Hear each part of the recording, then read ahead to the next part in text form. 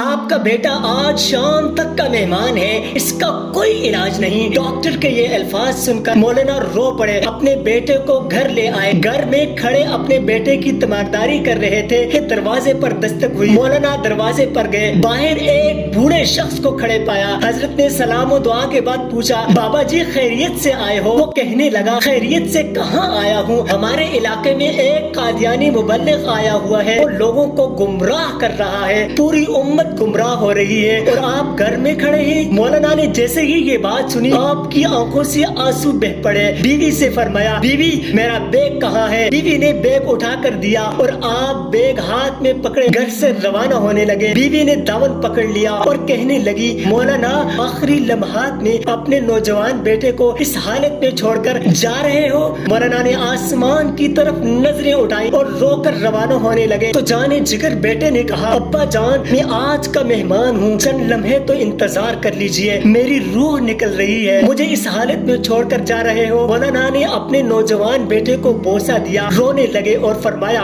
اے بیٹے بات یہ ہے کہ میں محمد صلی اللہ علیہ وآلہ وسلم کے دین کی خاطر جا رہا ہوں، کل قیامت کے دن حوض کوثر پر ہماری تمہاری ملاقات ہو جائے گی، یہ فرمایا اور گھر سے روانہ ہو گئے۔ اڈے پر پہنچے، ابھی بس میں بیٹھے ہی تھے، چند لوگ دوڑے آئے اور کہنے لگے، مولانا آپ کا بیٹا فوت ہو چکا ہے، اس کا جنازہ پڑھاتے جائیے۔ مولانا نے آسمان کی طرف نظریں اٹھائیں اور رو کر فرمانے لگے، جنازہ پڑھانا فرض کفایہ ہے اور امت محمدیہ کو گمراہی سے بچانا فرض عین ہے، فرض عین کو چھوڑ کر فرض کفایہ کی طرف نہیں جا سکتا۔ پھر وہاں سے روانہ ہو گئے، اس علاقے میں پہنچے، اللہ تعالیٰ نے کامیابی عطا کی، وہ قادیانی مبلغ بھاگ گیا۔ مولانا 3 دن کے بعد گھر واپس پہنچے، بیوی قدموں میں گر گئی اور رو کر کہنے لگی، مولانا جب آپ جا رہے تھے تو بیٹا آپ کی راہ تکتا رہا اور کہتا رہا، جب ابا جان واپس آئے تو انہیں میرا سلام عرض کر دینا۔ مولانا نے جب یہ سنا تو فوراً اپنے بیٹے کی قبر پر گئے اور دعا مانگنے لگے، اے اللہ ختم نبوت کے وسیلے سے میرے بیٹے کی قبر کو جنت کا باغ بنا دے۔ مولانا دعا مانگ کر گھر واپس آئے تو رات بیٹے کو خواب میں دیکھا، بیٹے نے اپنے ابا سے ملاقات کی اور کہا کہ رب محمد صلی اللہ علیہ وآلہ وسلم کی قسم، ختم نبوت کے وسیلے سے اللہ تعالیٰ نے میری قبر کو جنت کا باغ بنا دیا ہے۔ ختم نبوت کے اس مجاہد کو دنیا حضرت مولانا غلام غوث ہزاروی رحمت اللہ علیہ کے نام سے جانتی ہے۔ ایسے تھے میرے اکابر جنہوں نے ناموس رسالت کی خاطر اپنا